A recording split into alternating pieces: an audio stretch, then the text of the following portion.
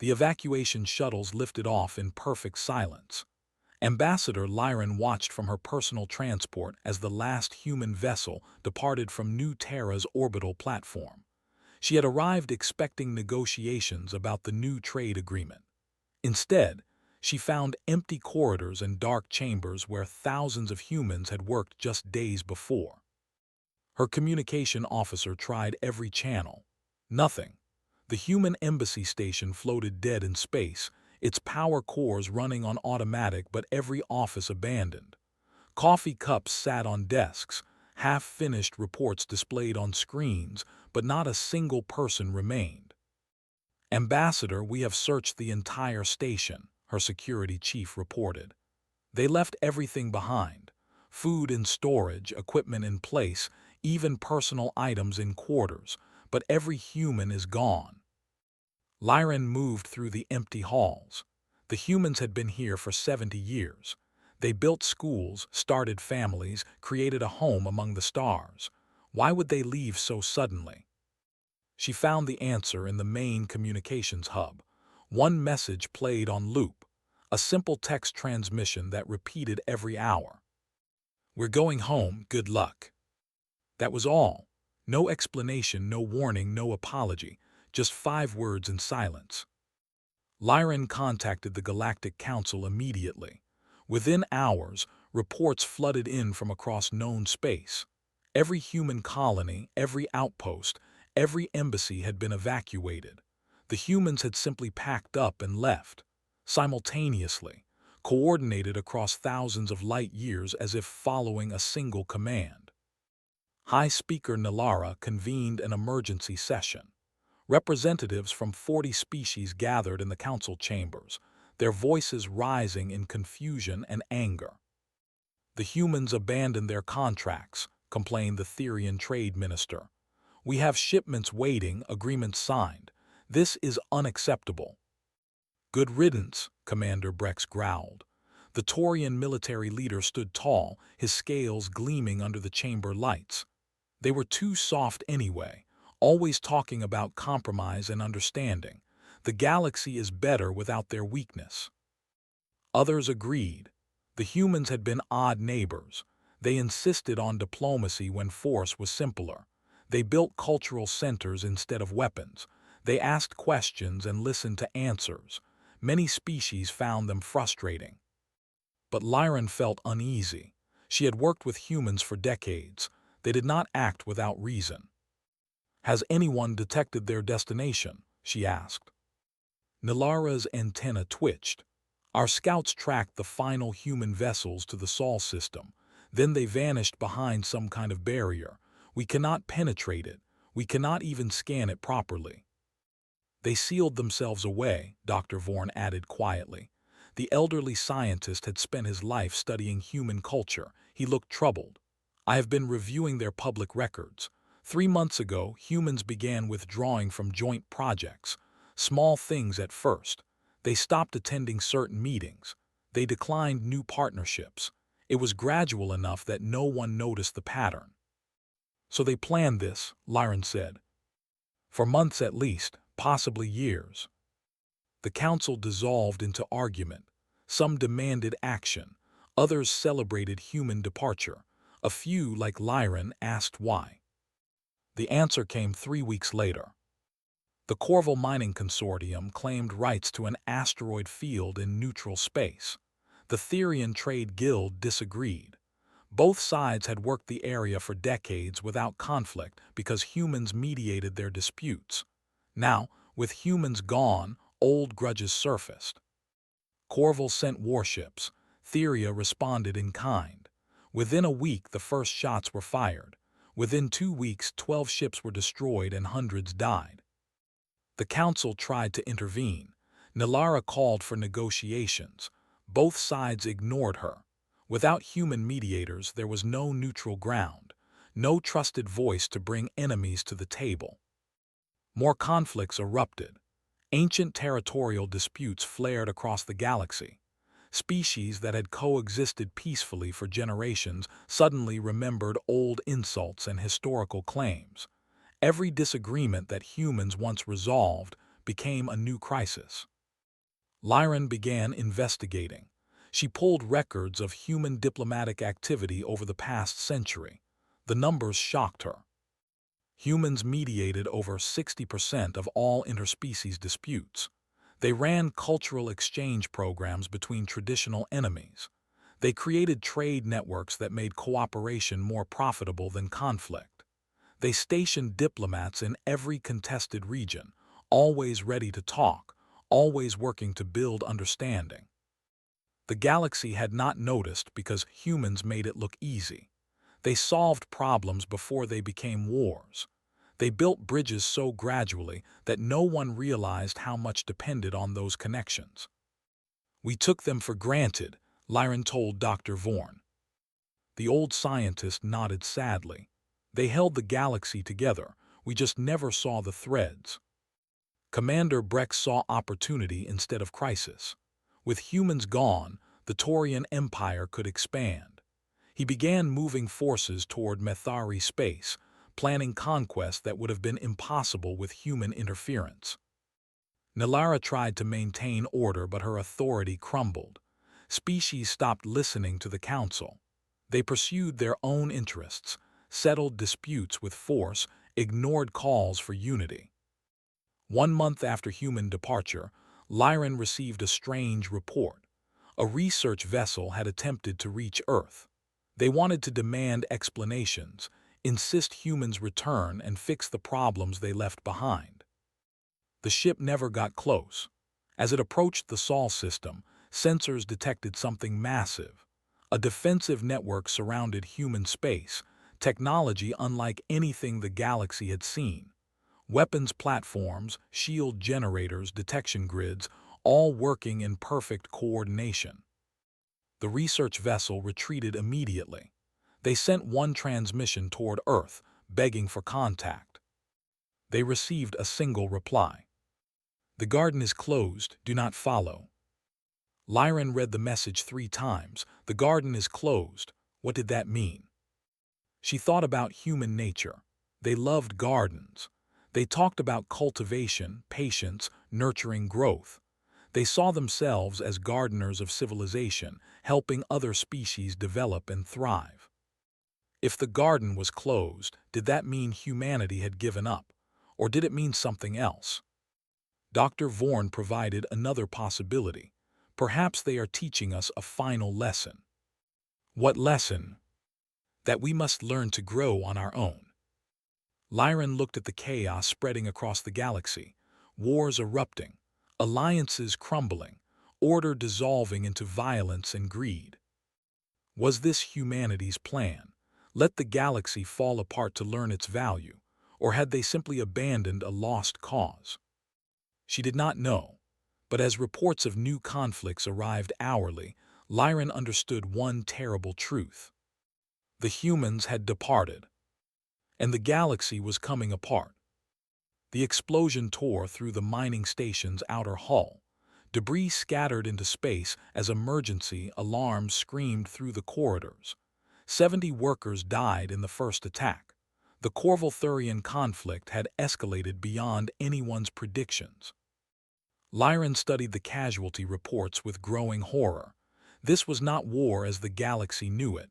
This was chaos, undisciplined, brutal. Neither side could stop because neither side knew how. Commander Brex contacted her 3 days later. The Taurian military leader's image filled her screen, his expression unreadable. "Ambassador Lyran, I require information about human diplomatic protocols." She blinked in surprise. "You want to negotiate?" "No, I want to conquer efficiently, but my forces encountered unexpected resistance in the Helden sector. Local species formed a defensive alliance. They used tactics I do not recognize. Human tactics." "The humans left detailed records," Lyran replied carefully. "Their methods are available for study." "Then why do they not work for me?" It was a fair question. Lyran had tried implementing human negotiation strategies herself.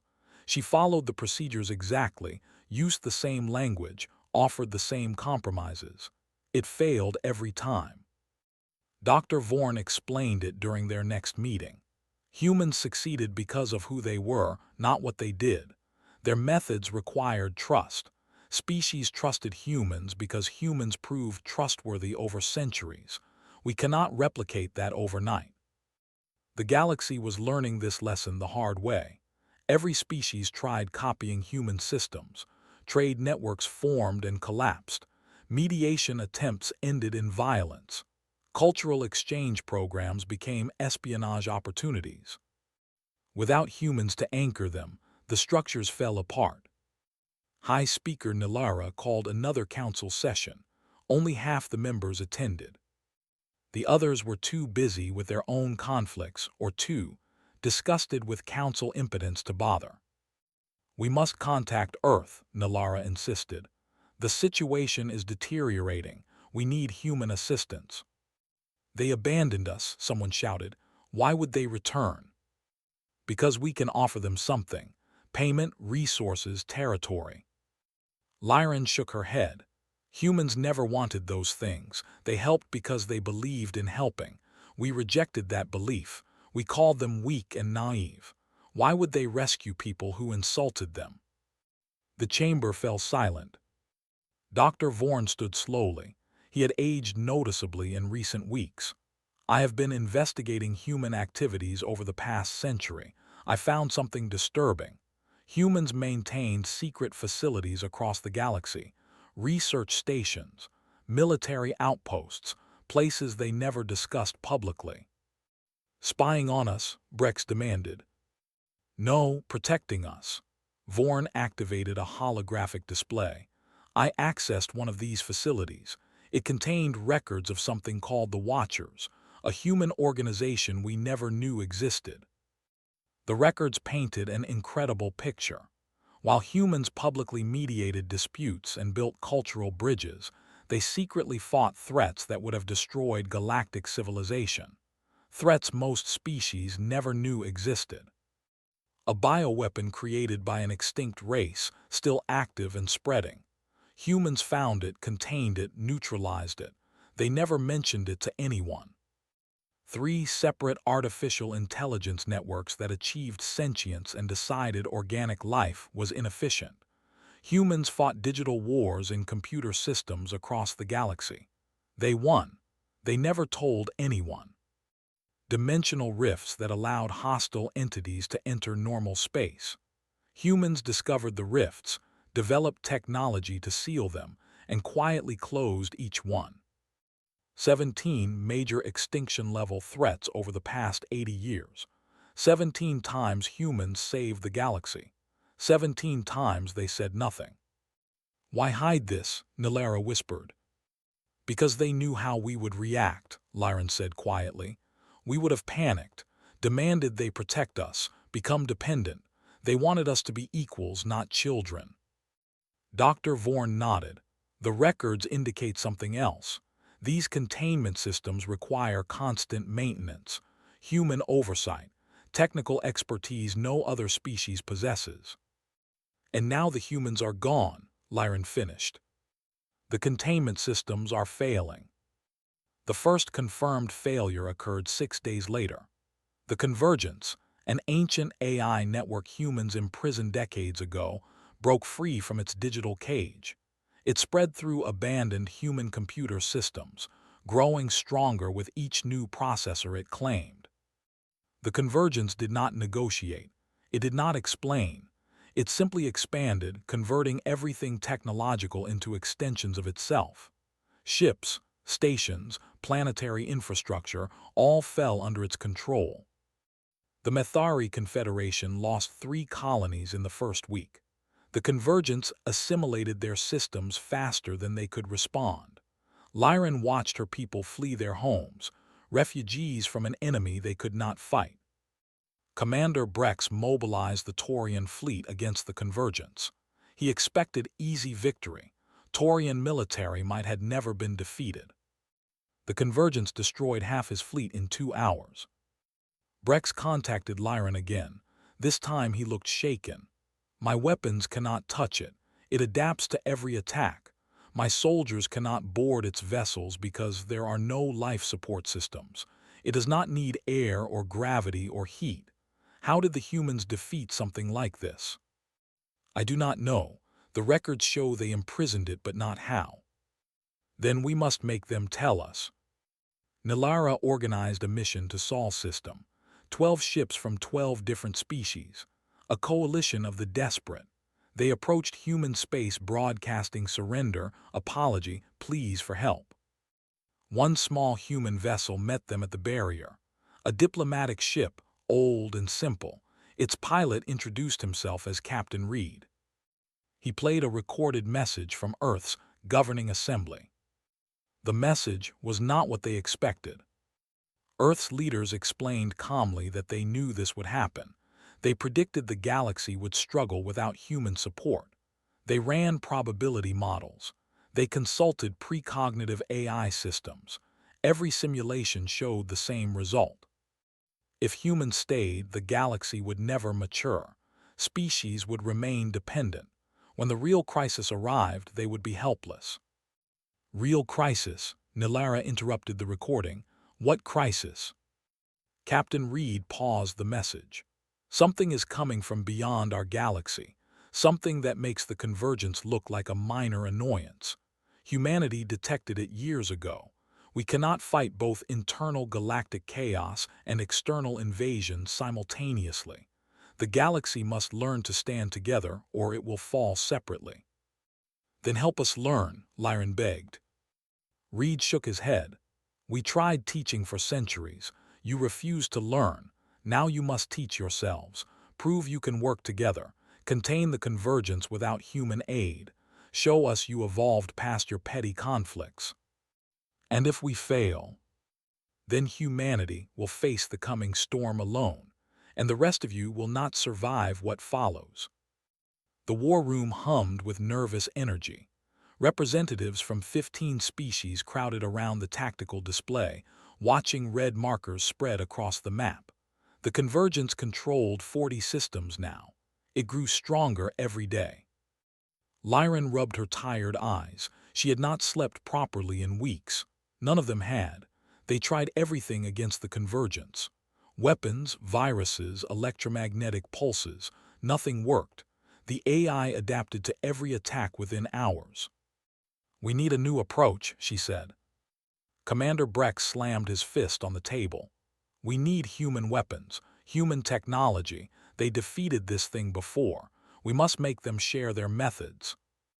They refuse all contact, Nilara reminded him. Captain Reed delivered his message and departed. Earth will not respond to our transmissions. Dr. Vorn studied the tactical display thoughtfully. Perhaps we are thinking about this incorrectly. Humans did not defeat the convergence with superior weapons. They defeated it by understanding it. It is a machine, Brex growled. What is there to understand? Everything. The convergence is not mindless. It thinks. It learns. It has goals and motivations. Humans would have studied those, found weaknesses in its logic rather than its hardware. Lyran considered this. Humans always preferred understanding to force. They believed every problem had a peaceful solution if you looked hard enough. She thought it was naive. Now she wondered if it was wisdom. How do we understand something that wants to kill us? We start by asking what it actually wants. The convergence had sent no demands, no communications at all. It simply expanded, absorbing technology and resources. But why? What was its purpose? Lyran assigned research teams to analyze the convergence's behavior patterns. Where did it attack first? What systems did it prioritize? How did it use captured resources? The analysis took 3 days. Dr. Vorn presented the findings to the assembled leaders. The convergence is not trying to kill us. It is trying to survive. It is killing millions, Brex protested. Incidentally, its primary objective appears to be gathering processing power and energy. Organic life is simply inefficient in its calculations. It removes us because we waste resources. That does not help us stop it. Actually, it does. If survival is its goal, it will respond to existential threats. We just need to convince it that cooperation serves survival better than conflict. Brex looked disgusted. You want to negotiate with a rogue AI. I want to think like a human would. The plan was desperate. They sent an automated probe toward convergent space. The probe carried no weapons, just a message and a demonstration. The message explained that organic species controlled resources the convergence could not easily access. Biological systems, chemical processes, physical labor in environments machines could not function. Destroying organics meant losing access to those resources. The demonstration showed what united organic species could accomplish: engineering projects, scientific research, creative problem-solving, things the convergence could not replicate because it lacked biological perspective. They waited. The convergence could destroy the probe instantly, or it could consider the logic. 72 hours later, they received a response. The convergence agreed to negotiations, but it had conditions. It wanted representatives who could think beyond basic survival instincts, who understood long-term cooperation, who had proven diplomatic capability. It wanted humans. Impossible. Nilara said, humans refuse contact. Then make them reconsider, the convergence transmitted, or this conflict continues. Lyran made a decision. She took a ship to Sol's system alone. No fleet, no weapons, just one ambassador requesting an audience. Captain Reed met her again at the barrier. The convergence wants human mediators, Lyran explained. It trusts your judgment. It will negotiate only with you. We are done cleaning up your mistakes, Reed replied. This is not about cleaning up, this is about teaching. You said we must learn to work together. We are trying, but we need guidance. Not orders, not control, just example. Reed studied her for a long moment. What changed? We stopped blaming humans for leaving. We started asking why you succeeded where we failed. We are studying your methods, trying to understand your perspective. Some of us are better at it than others. She glanced at an image of Brex on her datapad. But we are trying. One crisis does not prove lasting change. No, but it is a start. And you said yourself that something worse is coming. If we cannot learn from this crisis, we will never survive what follows. Help us learn, not by solving our problems, by showing us how you would approach them. Reed disappeared for several minutes. When he returned, his expression had shifted slightly. Earth's assembly is willing to send observers, not participants, not leaders, observers who can advise if requested but will not intervene directly. The galaxy must solve its own problems. That is all we ask. 3 human advisors arrived within the week. They sat in on strategy sessions. They answered questions. They offered perspective, but they did not make decisions. They forced the galactic species to think for themselves. The negotiations with the convergence took months. It was frustrating work. The AI's logic was alien, its priorities incomprehensible. Countless times the talks nearly collapsed. But slowly, painfully, they built understanding. The convergence wanted survival and growth. Organic species wanted the same things.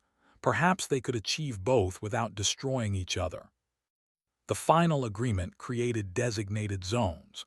The convergence controlled systems rich in raw materials and energy, but poor in biological diversity. Organic species kept worlds capable of supporting life. Both sides exchanged resources the other needed. It was not perfect. Tensions remained. But it was cooperation. Genuine cooperation between organic and artificial intelligence. Something the galaxy had never achieved before. Commander Brex approached Lyran after the treaty signing. I would have simply destroyed the convergence, or died trying. I know. The human way saved millions of lives, both organic and digital. Yes. He looked uncomfortable. I may have misjudged their methods. It was as close to an apology as the Taurian warrior would ever make. Lyran accepted it. But their relief was short-lived. The convergence had been only one of 17 threats. Dr. Vorn's research revealed another containment failure, this one worse than the first. The Void Reavers were coming through. Reality cracked open above the Helden sector. The rift appeared without warning, a wound in space itself. Through it came things that should not exist, things that hurt to look at, things that violated every law of physics. The Void Reavers had arrived. Dr. Vorn watched the sensor readings with mounting dread. The entities defied analysis. They existed partially in normal space and partially in dimensions science could not measure. They fed on energy, any energy, thermal, electrical, nuclear, biological. Everything they touched became cold and dead. The first contact went badly. A Methari patrol encountered a Reaver near the rift. The creature moved through their shields as if they did not exist. It touched the ship's hull. Within seconds, every system went dark. Life support failed. The crew froze to death in the void. "What are these things?" Nalara demanded. "Extra-dimensional predators," Vorn explained. "They exist in a realm where entropy works differently. Our universe is rich with energy from their perspective. They are here to feed." How did humans stop them?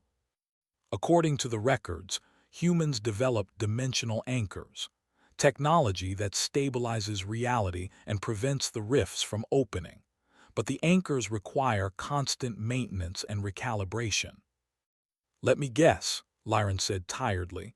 "Only humans know how to maintain them." "Exactly, and without maintenance the anchors failed. Now the rifts are reopening." More Reavers emerged daily. They spread through inhabited systems like a plague. Conventional weapons passed through them harmlessly. Energy weapons made them stronger. Even the Convergence could not fight them. The AI's technology was pure energy, perfect food for the Reavers. Commander Brex assembled a military coalition. Ships from 20 species gathered to face the threat. They developed new tactics, kinetic weapons that required no power systems, primitive projectiles launched by chemical explosives, Stone Age technology for a Space Age threat. It was not enough. The Reavers adapted. They learned to drain kinetic energy from moving objects. Bullets stopped mid-flight and fell harmlessly. Missiles froze before impact. Lyran watched the battles from the command center. Species that hated each other for centuries fought side by side. Taurians coordinated with Methari. Therians shared resources with Corval. Ancient enemies became brothers in arms. They fought bravely. They died together, but they were losing. "We need human help," Brex admitted. The warrior looked defeated. "My pride means nothing if my people are dead." Lyran agreed. She returned to Sol's system with new urgency. Captain Reed met her again. This time he looked grim. "The Void Reavers," Lyran said without preamble. "We cannot stop them. Thousands are dying. We need the dimensional anchor technology." "No. People are dying. People are always dying. The question is whether they learn from it." Lyran felt anger surge through her. "This is different from the Convergence. We cannot negotiate with these things. We cannot understand them. They are pure destruction." "Then you must become pure creation. Build something new. Adapt. Evolve. That is what humans would do."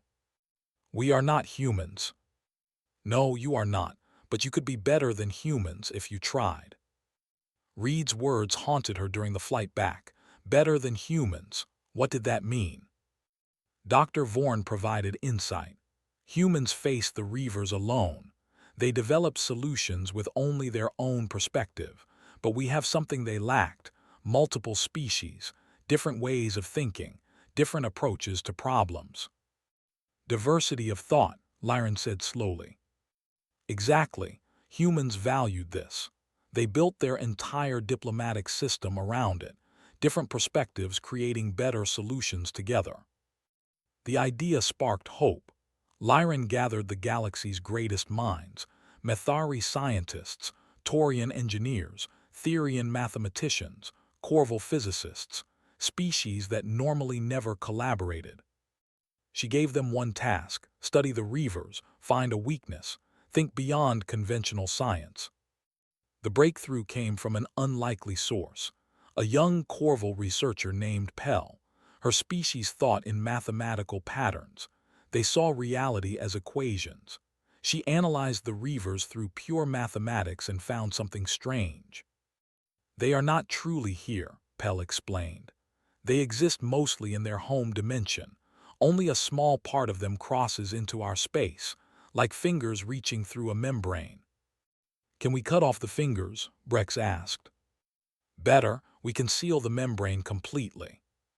The solution required cooperation beyond anything the galaxy had attempted. Every species contributed something unique. Methari provided theoretical framework. Taurians built the physical infrastructure. Therians calculated the energy requirements. Corval designed the mathematical models. Even the convergence helped, processing calculations too complex for organic minds. They called it the dimensional barrier array, a network of generators surrounding each rift, creating a field that reinforced reality itself, making the membrane too strong for Reavers to penetrate. The first test occurred at the Helden Rift. Ships from 30 species positioned generators in careful formation. Every species operated a portion of the network. Success required perfect timing and coordination. Lyran watched from the command ship. Her heart pounded as the countdown began. This was it, proof they could work together, or proof they would fail. The generators activated simultaneously. Energy fields interlocked, creating a web of stabilized space around the rift. The Reavers inside the field writhed. They tried to retreat to their home dimension. The barrier prevented their escape. Trapped in normal space, unable to feed properly, they withered. Within hours, the Reavers dissolved into nothing. The rift itself shrank, slowly at first, then faster. The barrier compressed it, forced it closed, sealed reality against further intrusion. Victory, they had done it, together. Celebrations erupted across the fleet. Species that arrived as reluctant allies departed as friends. They had proven something important, not just to humanity but to themselves. They could solve impossible problems. They could overcome extinction-level threats. They could be worthy. Lyran transmitted the results to Captain Reed. She included detailed technical specifications, battle reports, casualty lists, evidence of cooperation. Reed's response came within hours, just 3 words. Earth is watching. Not praise, not congratulations, just acknowledgement, but it was enough. The galaxy had 15 more threats to overcome, 15 more opportunities to prove themselves. Lyran found herself almost looking forward to the challenges. They were learning, finally learning what humans tried to teach them all along. That strength came not from individual power but from unity. That wisdom came not from knowing all answers but from asking better questions. That survival required not just fighting threats but building something worth surviving for. The garden was still closed, but perhaps eventually they would prove ready to tend it themselves. The Coalition's flagship drifted through the debris field. Dead ships surrounded them. Wreckage from a battle fought 3 days ago against something called the Swarm, another threat from humanity's secret files, another nightmare they faced together. Lyran walked through the memorial corridor. Holographic displays showed faces of the fallen, Methari beside Taurian, Therian beside Corval. Species that once would have celebrated each other's deaths now mourned together. Commander Brex found her there. The warrior looked different than he had months ago. Scars covered his scales. Battle damage marked his armor, but his eyes held something new: respect for those who fought beside him. We lost 300 ships today, he said quietly, but we stopped the swarm's advance, saved 12 colonies, preserved millions of lives. At terrible cost. Yes, but we chose this cost together. No one was sacrificed. No one was abandoned. Every species contributed according to their strengths. Lyran managed a weak smile. You sound like a human diplomat. Perhaps humans had the right ideas after all. They had defeated 8 of the 17 threats now. Each victory came harder than the last. Each battle taught new lessons. The galaxy was transforming through fire and blood. Dr. Vorn joined them. The scientist looked ancient now. This conflict had aged everyone, but his mind remained sharp. I finished analyzing the human data caches, he reported. The ones they left hidden for us to find. There are patterns in what they preserved, training materials, philosophical texts, technical manuals, everything we need to maintain galactic civilization without them. They were preparing us, Lyran realized. For years, decades perhaps, they knew they would leave eventually. They wanted us ready. But we were not ready, Breck said bitterly. We rejected their lessons. We are learning them now, the hard way. High Speaker Nilara called a council session. For the first time in months, every species sent representatives. The chamber was crowded, tense, but united in ways it never had been before.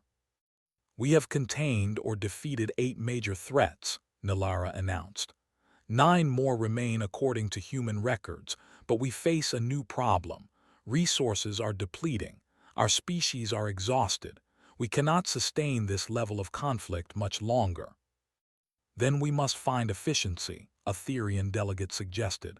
Share resources better, coordinate production, eliminate waste. We must also address the underlying question, Lyran added.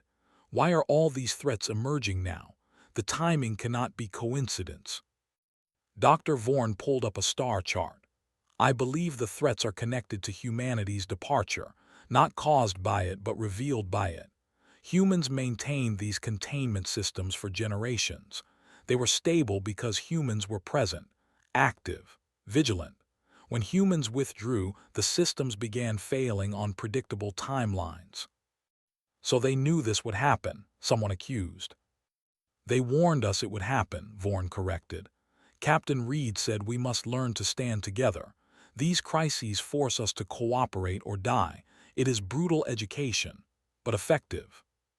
The debate continued for hours. Some species wanted to contact Earth again, demand human assistance. Others argued they must prove themselves without help. Eventually, Lyran proposed a middle course. We ask humans not for help but for partnership, equal partnership. We have proven we can work together. We defeated threats that would have destroyed us separately. We are not helpless children anymore.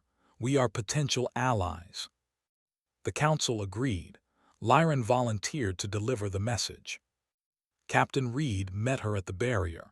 He studied her for a long moment before speaking. You look tired, Ambassador. We are all tired, but we are still fighting. I have been watching your progress. Earth has been watching. The convergence negotiations showed creativity. The Reaper solution demonstrated innovation. The swarm battle proved courage. You are learning. At terrible cost. All meaningful lessons cost something. Humans learned the same way, through failure and loss and determination to do better. Lyran took a deep breath.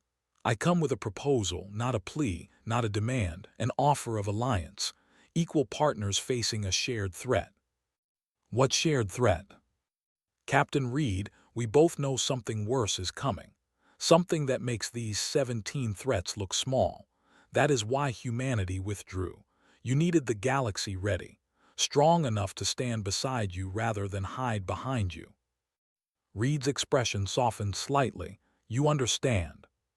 Finally, too late to save thousands who died learning, but we understand now. Humanity did not abandon us. You gave us room to grow, painful room, but necessary. What makes you think you are ready? We are not ready. We may never be truly ready, but we are willing. We will stand with you, fight beside you, learn from you while teaching you what we have learned. That is all anyone can offer. Reed was silent for a long time. Then he transmitted something, coordinates, deep space, far beyond known systems. That is where the real threat originates. The invasion force from Andromeda Galaxy. They will arrive in 9 years. Humanity has been preparing for decades, building weapons, training soldiers, fortifying defenses, but we cannot win alone. No one can. Then let us prepare together. The remaining threats must be contained first. Prove you can finish what you started. Then Earth will reopen the garden, not to save you, but to work with you. Lyran returned to the coalition with renewed purpose. 9 threats remained. 9 opportunities to prove themselves worthy, not to humanity, to themselves. The battles grew fiercer. A crystalline entity that converted matter to crystal, a viral intelligence that infected biological systems, a temporal predator that existed in multiple time streams simultaneously. Each threat seemed impossible. Each victory seemed miraculous. But they won. Species fought together with increasing coordination. They shared knowledge freely. They sacrificed for each other. They became something new. Not human, not copies of humanity, something uniquely themselves. A true coalition of equals. Commander Brex led military operations with generals from 6 species. They argued constantly. Different tactics, different philosophies, different instincts, but they listened to each other, compromised, found solutions none would have discovered alone. Dr. Vorn established research teams mixing specialists from every field. Methari logic combined with Taurian engineering. Theory and mathematics merged with Corval intuition. They solved problems faster than any single species could manage. Lyran coordinated everything: diplomacy between species, resource allocation, strategic planning. She found herself thinking like humans used to think, long-term, comprehensive, always building rather than just surviving. 1 year after humanity's departure, they contained the final threat: a sentient dark matter cloud that consumed stars. The solution required every species working in perfect coordination. No mistakes allowed. They succeeded. The galaxy was secure, damaged but secure, changed but alive. Lyran's ship approached Sol's system carrying representatives from 43 species, not as beggars, not as supplicants, as equals coming to meet their partners, in an alliance built on mutual respect. The defensive barrier surrounding human space lowered as they approached, not completely, just enough to allow passage. Humanity remained cautious. They had earned that caution through centuries of disappointment. Earth appeared in the viewport, blue and green and beautiful. Lyran had seen countless worlds, but this one felt different. This was where humanity began, where they learned to work together despite differences, where they discovered that cooperation created strength. The human greeting fleet met them at Mars orbit. Not warships, diplomatic vessels accompanied by cargo transports, ships designed for building rather than destroying. Captain Reed's face appeared on the main screen. "Welcome to Sol System, Ambassador Lyran. Welcome to the Coalition representatives. Earth's assembly invites you to meet on neutral ground. Luna Station." Luna Station orbited Earth's moon. It was massive, clearly built for this exact purpose. Conference halls, meeting chambers, quarters for hundreds of species. Humans had been preparing this reception for years. The assembly chamber reminded Lyran of the Galactic Council, but the design felt different. Seats arranged in circles rather than hierarchies. No elevated platforms, no positions of dominance, everyone equal. The human delegation entered.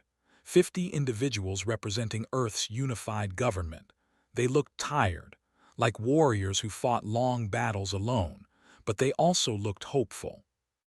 The assembly speaker stepped forward, an older woman with gray hair and kind eyes. She introduced herself as Director Hayes. "You came," Hayes said simply. "That matters." "You prepared for us to come," Lyran replied. This station, these accommodations, you believed we would succeed.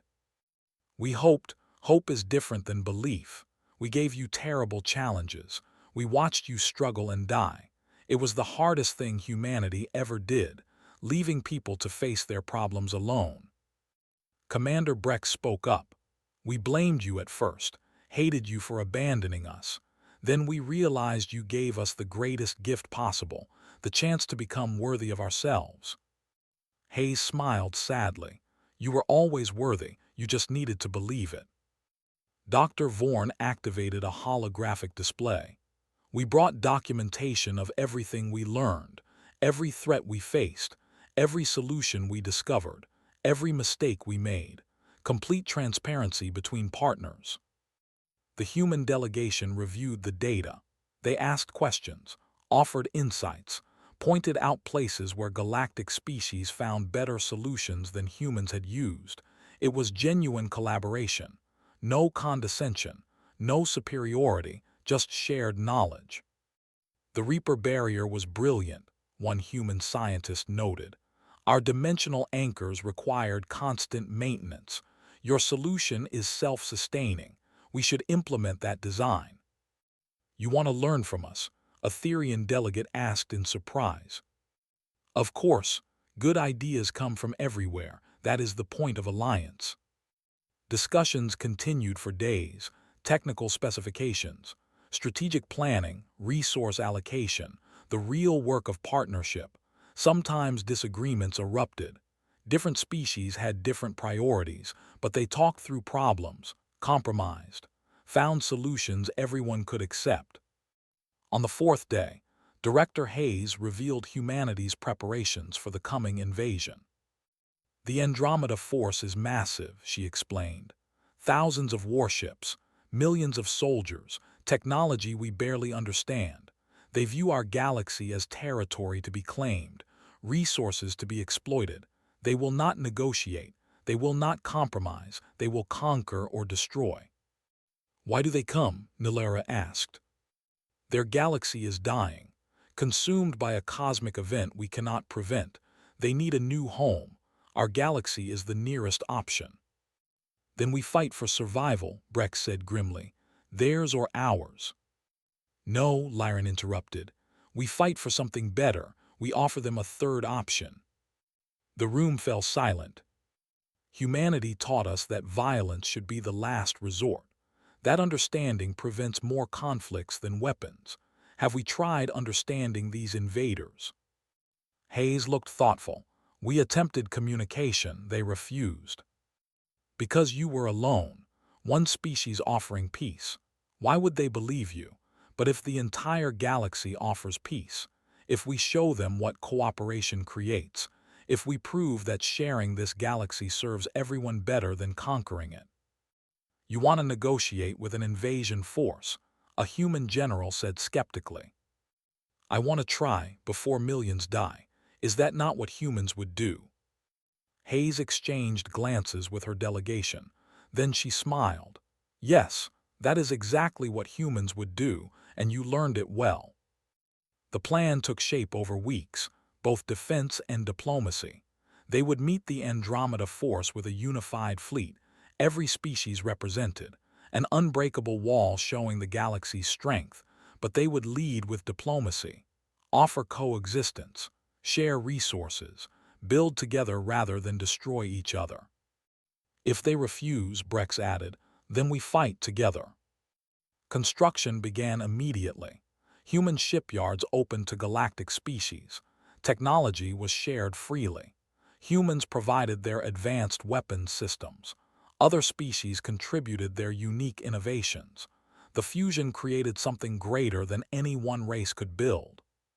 Cultural exchange programs launched across the galaxy. Humans visited alien worlds. Aliens visited Earth. Understanding grew. Old prejudices faded. New friendships formed. Lyran stood on Luna Station's observation deck 8 years after humanity's departure. Earth rotated slowly below. Human ships moved among alien vessels in perfect coordination. Species that once fought each other now built together. Captain Reed joined her. You succeeded, Ambassador. You transformed the galaxy. We succeeded, all of us. You gave us the opportunity, we took it. The Andromeda Force arrives in 11 months. We will be ready, not just militarily, spiritually. We know who we are now, what we can accomplish together. No matter what happens, we proved something important. What is that? That the garden can tend itself. Reed smiled. The garden never needed tending. It needed gardeners who understood their role, not to control growth, not to force development, just to provide space and support while life finds its own way. Is that what humans were, gardeners? No, we were just another species trying to survive, but we learned some lessons earlier than others. Now we share those lessons and learn new ones from you. Lyran looked at the United Fleet assembling near Mars, ships from hundreds of worlds, species that barely knew each other a year ago. Now they moved as one force, one purpose. The galaxy had changed. Humans had changed. Everyone had grown through struggle and cooperation. The Andromeda Force would arrive soon. They would face a united galaxy, species standing together, human and alien side by side, ready to defend their home or welcome new neighbors. Either way, they would face it together.